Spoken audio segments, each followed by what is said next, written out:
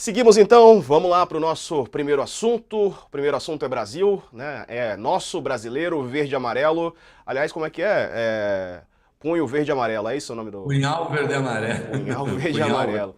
Exatamente. verde. A gente está na expectativa, né? Hoje pode ainda ser concluída a investigação, divulgado o relatório da investigação, né? Talvez até amanhã, tem quem diga até o fim do mês, é o prazo máximo, né? Eles sempre dão ali uma margem um pouco maior, e hoje também o Mauro Cid presta depoimento, não é, em relação à delação premiada, que ele já fechou o acordo de colaboração com as autoridades, né? E ele pode ter obtido alguns assuntos. Estou até aqui com algumas informações, porque a Polícia Federal deve apresentar hoje, né, como eu dizia para vocês, ao Supremo Tribunal Federal, o pedido de indiciamento de Bolsonaro, do companheiro de chapa dele também, Braga Neto, né, que é um envolvido ali diretamente nessa trama que está sendo investigada, o ex-ministro do Gabinete de Segurança Institucional, o Augusto Heleno. Quem mais? O ex-ministro da Defesa, general Paulo Sérgio Nogueira, e outras 40 pessoas.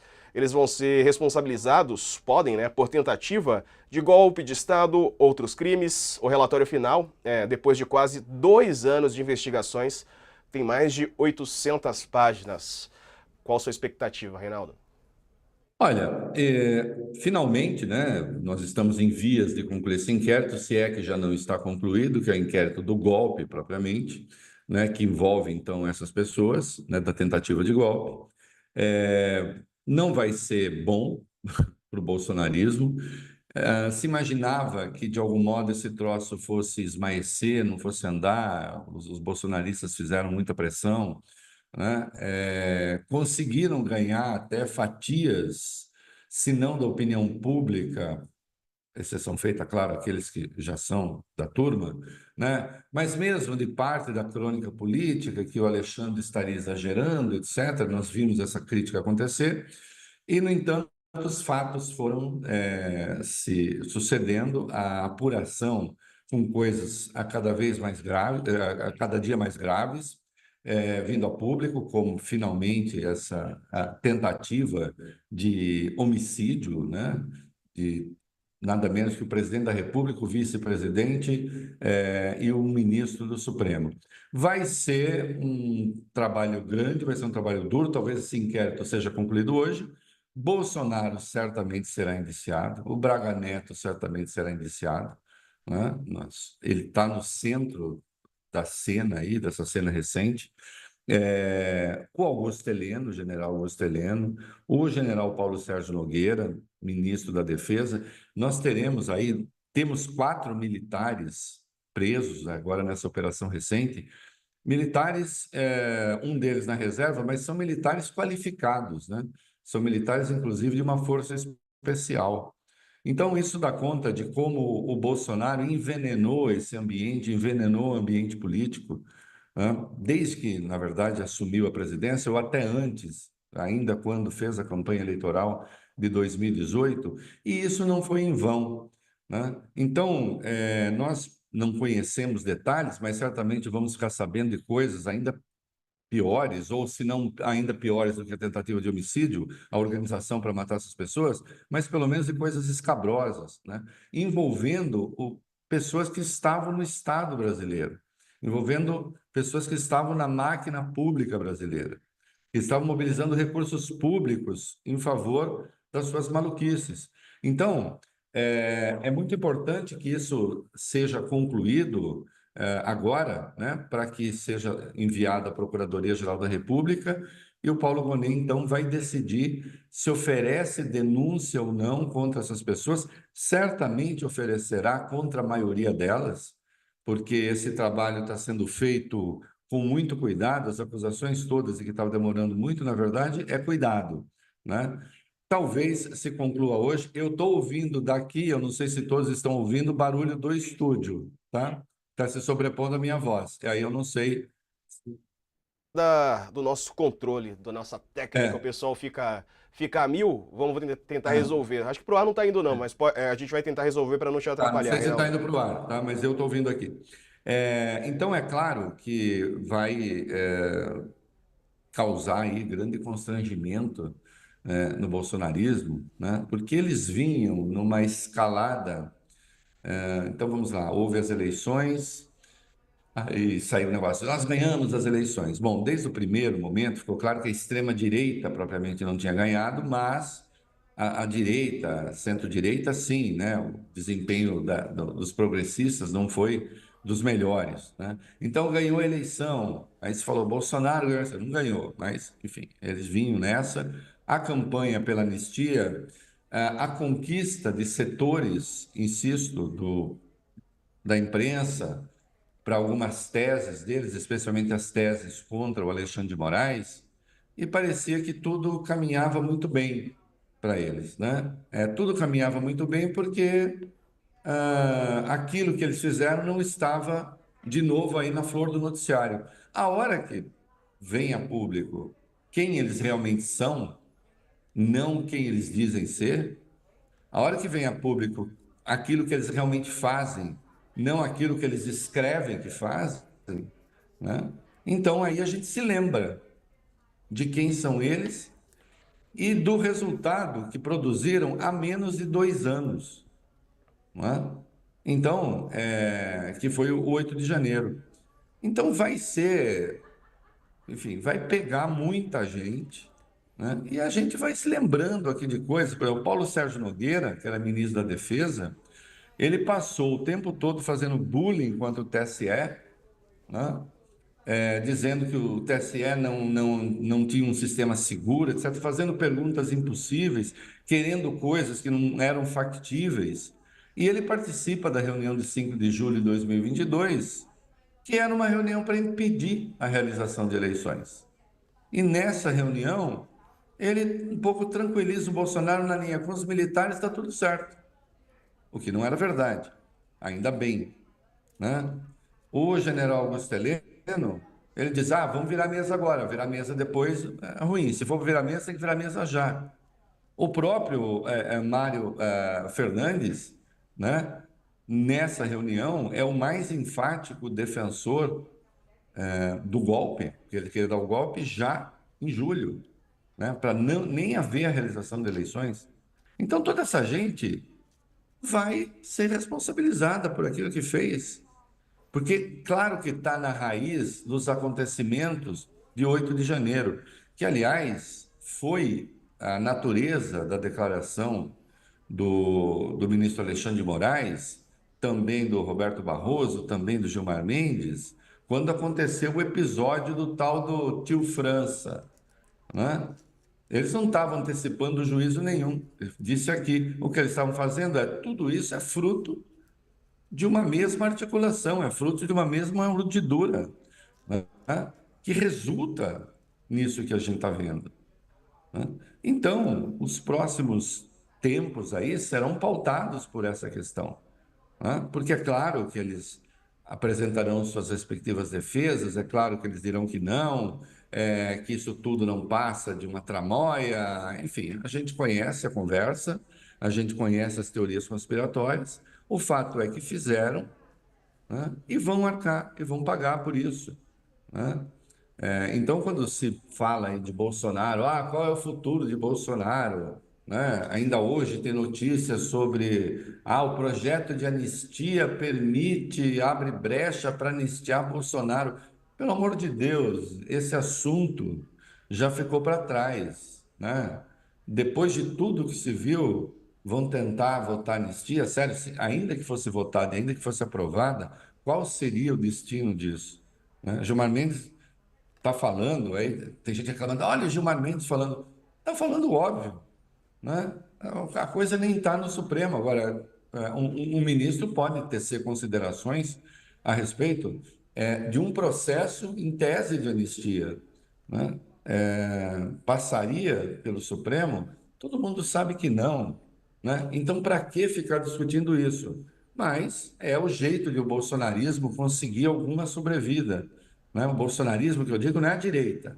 A direita existe, a extrema-direita, o eleitorado existe, mas hoje virou um território em busca de quem possa liderá-lo, né? o Bolsonaro, no máximo, pode ser uma liderança espiritual, moral ou imoral, se quiserem. Agora, é claro que esse terreno, esse grupo, ele não vai liderar, ele não será candidato, né? E, no entanto, eu até escrevi hoje, tem uma coisa divertida aí envolvendo a extrema-direita, né, em relação a isso.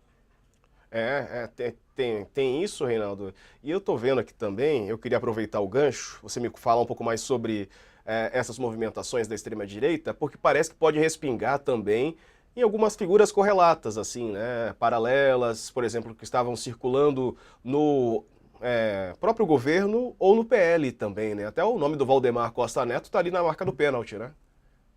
Tá, porque o Valdemar Costa Neto, aquilo que eles disseram, a gente tem que se lembrar, né, do que eles fizeram. É, acusando fraude na eleição, né? Eles fizeram lá, arranjaram lá uma falcatrua para acusar fraude na eleição e depois para pedir que algumas urnas fossem desconsideradas, você deve se lembrar disso, mas só para a eleição para presidente, não para a eleição para o Congresso, né? E apresentaram uma suposta evidência de fraude, que era uma farsa, e o partido foi multado, inclusive, 22 bilhões, né? 22 milhões. Reclamaram muito, então agora a gente reclama para a justiça e a gente é multado. Não, pode reclamar para a justiça, não pode tentar fraudar as coisas, fraudar documentos para induzir a justiça a erro. Isso é crime, né? É, Pode ser também, quer dizer, não sei que outros elementos além desse, né, há, mas, enfim, é possível que também ele e outros que transitaram, nós não sabemos, consta que são pelo menos 40 pessoas Muita ao gente, né? todo, né? Ô, E, Reinaldo, portanto, desculpe, te interrompi. Ia te perguntar do Tarcísio. E o Tarcísio, hein? Não que ele vai ser indiciado, claro, mas cadê ele? Já falou alguma coisa? Você ouviu o Tarcísio? pois é, eu escrevi hoje, né, que até eu botei até esta quarta, né, botei no título, o silêncio dele grita, né? Não sei, eu não botei até agora porque vai que ele falasse alguma coisa logo cedo, né? Aí eu botei ali, ouviram o silêncio de Tarcísio até esta quarta? E o paradoxo do tal do asno de Buridan, né? Que é um paradoxo que tem na filosofia, enfim, do sujeito que fica, o asno que fica entre a água e a alfafa, de sorte que se ele toma água primeiro ele pode morrer de fome e se ele come primeiro ele pode morrer de sede. Assim está a extrema-direita, porque veja só, o Tarcísio, ele tem o Bolsonaro como seu padrinho inequívoco, né? Quem é o padrinho? O Bolsonaro. A cada vez que ele vem a público, ele canta as glórias do Bolsonaro, que ele chama de o maior líder popular do país, o que é uma piada, mas ele chama, mesmo assim, né? Que o Bolsonaro é uma pessoa, uma figura única, incrível, etc. E se coloca como um soldado de Bolsonaro. Agora, olha que situação difícil, né? Como é que o comandante da segunda maior força militar do país, que só perde para o exército, diz que o seu comandante é alguém que aparece envolvido numa tramóia para matar o presidente, o vice-presidente e o ministro do Supremo. E aqui abro um parêntese. Mas o Bolsonaro está envolvido? Bom, outra mensagem do Mário Fernandes veio a público, essa por escrito para o Mauro Cid, dizendo que ele tinha estado no palácio, aquilo é dia 8. Então, veja só, no dia 9 ele manda mensagem de áudio para o Mauro Cid, fala que conversou com o presidente aceitou assessoramento, e dia 9 o Bolsonaro sai para conversar com as pessoas. Dia 8, o relato general, ele esteve no Palácio da Alvorada, conversou com o Bolsonaro sobre o golpe, fica claro que é sobre o golpe, e que o Bolsonaro liberou, inclusive, dizendo pode ser no dia 12 mesmo, que era o dia da diplomação do Lula. Então, com todas as letras, ele diz ao Mauro Cid, o presidente está sabendo, não só está sabendo, como o presidente está passando orientações a respeito, né? É. Então, eu preciso saber. Reinaldo. Então, aí você volta, só para voltar para o Tarcísio, Uhum, rapidamente. Então, aí, uhum. como é que o Tarcísio, liderando um Estado em que existe o PCC, em que lhe cabe combater o crime, como é que ele se coloca como um liderado, um subordinado político de alguém envolvido com um troço como esse? O envolvimento do Bolsonaro com o golpe, especialmente com essa coisa mais virulenta, agressiva, de matar e não sei o quê, isso não é uma invenção das esquerdas, não é uma invenção do PT, não é uma invenção da imprensa.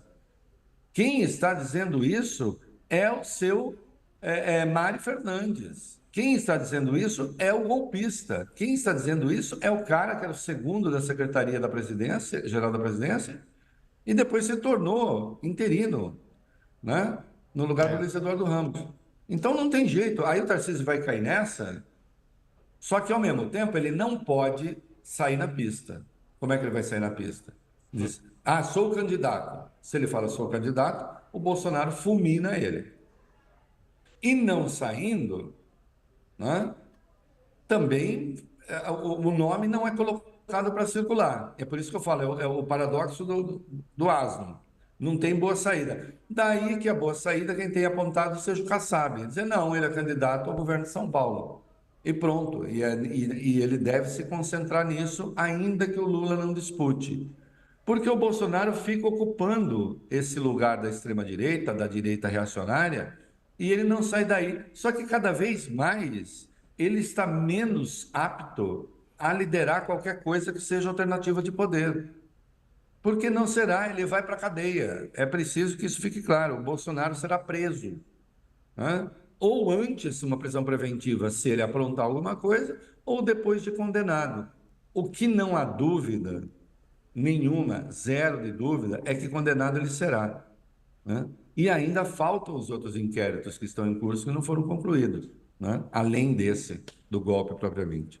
Verdade. Eu ia te mostrar, abrir aqui para até conferir, né, para ver se o Tarcísio postou alguma coisa até o começo da tarde, pelo menos. A última postagem dele foi essa, sobre a agropecuária. E aí, tem como rodar o vídeo, pessoal? Só para não precisa nem colocar o áudio, mas só enquanto eu leio aqui o texto. É um vídeo, né, em que ele mostra ali bois, mostra alguns gados, e fala que o animal contém um chip com todo o histórico, informações e tal, enfim, sobre a agropecuária de São Paulo. Foi a última postagem. Ele não falou sobre o caso especificamente não, Reinaldo. Ele resolveu falar de boi e não falar do gado, né? É, Se é que você me entende. É, eu deixei quicando resolveu essa para falar, você. resolveu falar para o gado sobre os bois, né? É, Bom, é o que resta, né? É o que resta, porque ele ficou numa situação muito difícil, e se você olhar, os graduados do PL estão ali. O Zema, que eu saiba, não falou nada também, enfim, né? Até o Ricardo Salles, na entrevista que deu ontem ao UOL, está um pouco como assim, olha, Bolsonaro sabia? Pode ser, né? Sim, né?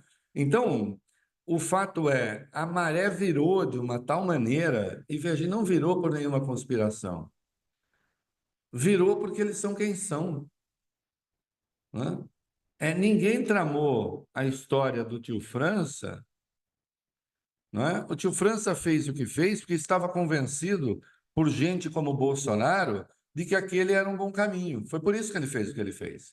Ele foi convencido por gente como Bolsonaro que ele, como brasileiro, cidadão, pessoa, estava sendo enganado pelas esquerdas, pelo Lula, pelo tribunal, por todo mundo, né? Então, e fez isso e demonstrou, portanto, que esse tipo de intervenção ela segue viva, né? A possibilidade desse tipo de intervenção, né? O 8 de janeiro não morreu naquele dia. O 8 de janeiro é um modo de entender a política. O 8 de janeiro é um modo de entender a intervenção na coisa pública. O 8 de janeiro é um modo de se manifestar muito ruim, que foi estimulado por essa canalha de extrema-direita e que agora, né, é objeto de um PL de anistia. Então, olhe que loucura, né? Quando o tema PL da anistia está ali no topo, vem um cara vem um herdeiro daquele modo de fazer política e faz o que fez, né? Com o risco efetivo que representou. E a extrema-direita continua dizendo, é o golpista dos fogos de artifício. Não, ele quase mata pessoas efetivamente, ele preparou uma armadilha para matar policiais, não sejam responsáveis, mas eles são, não adianta pedir isso, né? Então você tem, caiu uma pena aqui, a Lilian que derrubou, minha mulher. Então você tem esse episódio que tirou, digamos, o ânimo do bolsonarismo, e agora essa coisa pavorosa da tentativa de golpe de Estado que passou pela cúpula. Também estão dizendo, a extrema-direita está aí, como é que vai dar golpe de Estado se não tem nem tanque? Bom, o mundo mudou um pouquinho, você não precisa, tem outras maneiras. Veja, se você tem uma tramóia com gente infiltrada, inclusive na segurança do Lula, que diz que quer matar o presidente, você pode criar grandes sortilégios sem precisar botar tanque na rua. E se eles sequestram o Alexandre naquele dia? Qual seria a consequência? Qual teria sido a consequência? Porque eles É, foram para a rua. A operação claramente foi abortada. Mas eles, olha a ousadia desse troço para se tratar assim como uma coisa ligeira, não foi isso. Não foi isso. E as pessoas vão pagar muito caro. É uma coisa que eu tenho repetido desde o 8 de janeiro, desde antes, né? Falando que o Bolsonaro precisaria pagar por isso, mas desde o 8 de janeiro, cara, isso não ia sair de graça. Isso não ia sair de graça. Eu conversei com ministros do Supremo, que, falando sobre a situação do prédio, choravam de amargura, não é assim amor pelo prédio, é a coisa pela instituição ferida. Olha a gravidade daquilo que aconteceu. Você acha que aquilo ia ficar impune? Se hoje o próprio Congresso, que foi agredido, é ocupado por alguns salafrários, que tem a coragem de defender a anistia com a devida vênia, anistia para quem atacou o prédio no qual eles trabalham, e não é pelo ataque ao prédio, é pelo simbolismo, é pelo ataque ao poder legislativo, né? Então, eles ocupam um lugar no legislativo que, evidentemente, não mereciam moralmente ocupar, porque eles não respeitam o poder ao qual eles pertencem, né? Por isso defendem a anistia. Agora, o Supremo, os ministros do Supremo, esses, pelo menos, a quase totalidade, esses respeitam o simbolismo do Supremo, né? Assim como a Procuradoria-Geral da República, tenho certeza, Paulo Gonet é um homem da maior seriedade, vai fazer um bom trabalho, e se houver motivos para oferecer denúncia contra essas pessoas, as denúncias serão oferecidas e elas pagarão muito caro por aquilo que fizeram, verdade. né? Ó, Pelo bem da democracia. inclusive, para quem está na TV, a gente já volta te mostrando o que o ministro Gilmar Mendes falou sobre isso, né? Sobre esse plano e sobre até quem diz que o Alexandre de Moraes tinha que ficar de fora desse caso. A gente te mostra depois do intervalo. Até já. Bom, vamos lá, continuar então agora com toda a nossa audiência no UOL Play, no canal UOL, pelas redes sociais e no YouTube também com Olha Aqui, Reinaldo Azevedo, promessa é dívida.